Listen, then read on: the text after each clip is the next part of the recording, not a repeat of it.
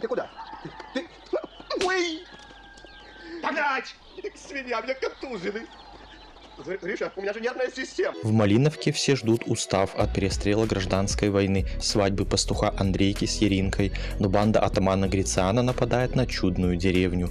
Испуганная невеста убегает в лес, где засели красные, ждущие случая ударить по белым. Яринка взывает о помощи, и командир отряда разрабатывает план освобождения наших. Для этого Яринка должна придуриться и сыграть свадьбу с атаманом. А пока гости пили-пели, красноармейцы показали всю свою сметку и смелость. В оперете не каждый сыграет и спляшет, а те артисты еще как умели. Показывай карманчики.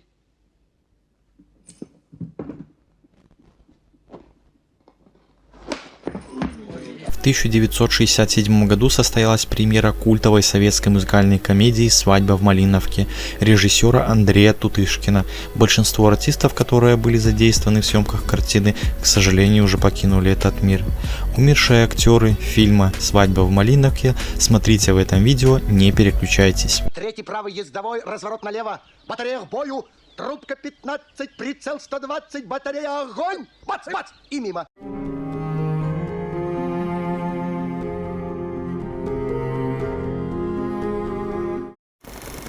Больше 50 лет прошло с тех пор, как музыкальная комедия «Свадьба в Малиновке» вышла на экраны советского кинематографа. Удивительно, но этот фильм продолжают смотреть и до сих пор. А уж о том, что цитаты из него повторяют и сейчас, знают все.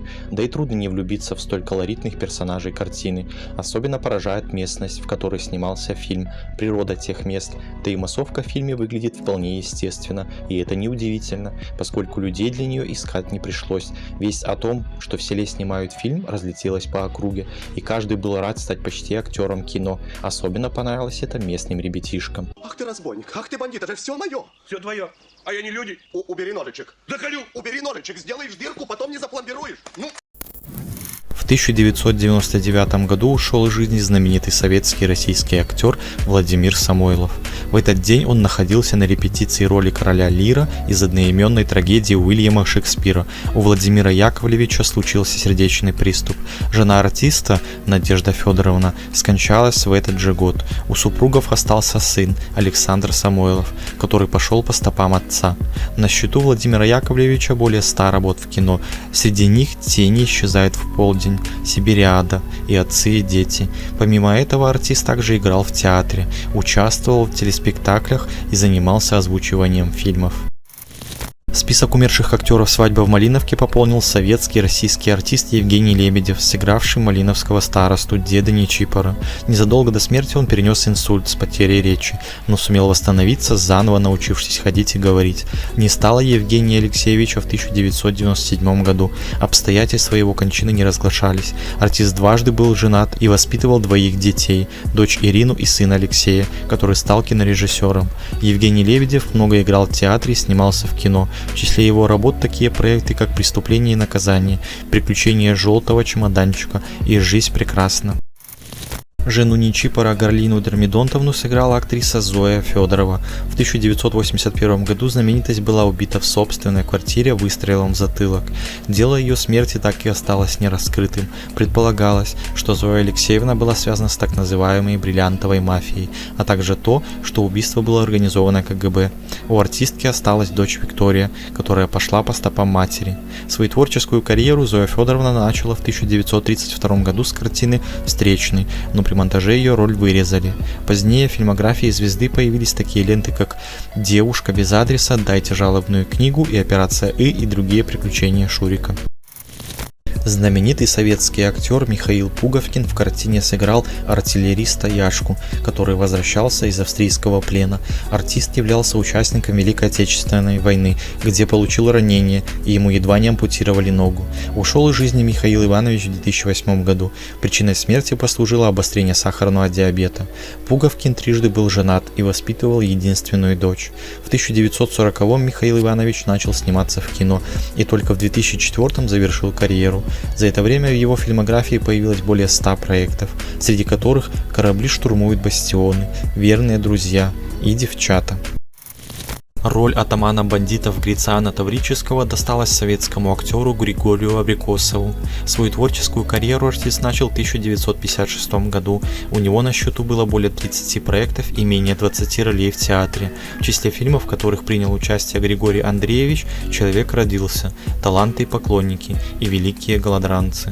Абрикосов умер в 1993 году, причины его смерти не сообщались. Актера похоронили на Новодевичьем кладбище, рядом с родителями. В 1996 к нему присоединилась и жена, театральная актриса Марина Кузнецова. Актер фильма «Свадьба в Малиновке» Николай Сличенко исполнил роль красного конника и помощника Назара Думы Бессарабца. Советский и российский артист ушел из жизни в 2021 году. За месяц до кончины он был госпитализирован в больницу, где у него обнаружили проблемы с легкими. Лечение не дало положительного результата, но диагноз COVID-19 ему не ставили. Николай Алексеевич дважды был женат и вырастил 4 детей. В театре Сличенко сыграл более 60 ролей, а также снялся в 4 картинах.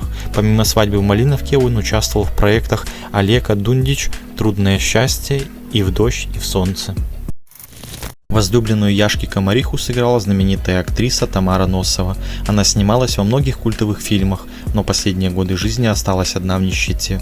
Артистке приходилось питаться в столовых для бездомных, а копеечной пенсии не хватало даже заплатить за квартиру. Когда в начале марта 2007 года у звезды случился инсульт, ее нашли дома только спустя несколько дней. Тамару Макаровну отправили в больницу, где она и скончалась. Причиной смерти стали хроническая ишемия головного мозга. Носова снималась в таких картинах, как «Молодая гвардия», «Карнавальная ночь» и «Женитьба Бальзаминова». Актера Михаила Водянова, который сыграл адъютанта Грициана Пандопола, не стало в 1987 году. Артист скончался в результате сердечного приступа. У Михаила Григорьевича осталась жена, с которой он прожил в браке более 35 лет. Женщина тяжело переживала утрату мужа. Она сама ушла из жизни в 1999 году, ненадолго пережив любимого. В их семье детей так и не появилось. Водяной не мог похвастаться обширной фильмографией, так как больше всего ему нравилась игра в театре. Среди проектов, в которых участвовал Михаил Григорьевич, «Эскадра уходит на запад», «12 стульев» и «Вольный ветер». Советский актер Алексей Смирнов, который получил широкую известность благодаря комедийным ролям в картине Андрея Тутышкина, сыграл бандита Сметану. На его счету более 70 проектов, среди которых «Полосатый рейс», «Добро пожаловать» или «Посторонним вход воспрещен» и «Айболит 66». Поговаривали, что, узнав о смерти своего друга Леонида Быкова, Алексей Макарович ушел в запой. В апреле 1979 года актера госпитализировали в больницу, где у него диагностировали атеросклероз, ишемическую болезнь сердца, одышку, недостаток кровообращения и жидкость в легких. Смирнов ушел из жизни в мае того же года, в день выписки из больницы. Советская и украинская актриса фильма «Свадьбы в Малиновке» Маргарита Криницына сыграла роль бандитки Рыжей. Ее не стало в 2005 году. Подробности смерти актрисы не разглашались. Маргарита Васильевна активно снималась в кино. На ее счету более 50 лент. В их числе «За двумя зайцами», «Бум-бараш» и «Рожденная революцией». У Криницыной осталась дочь Алла Сурина, которая стала сценаристом и режиссером.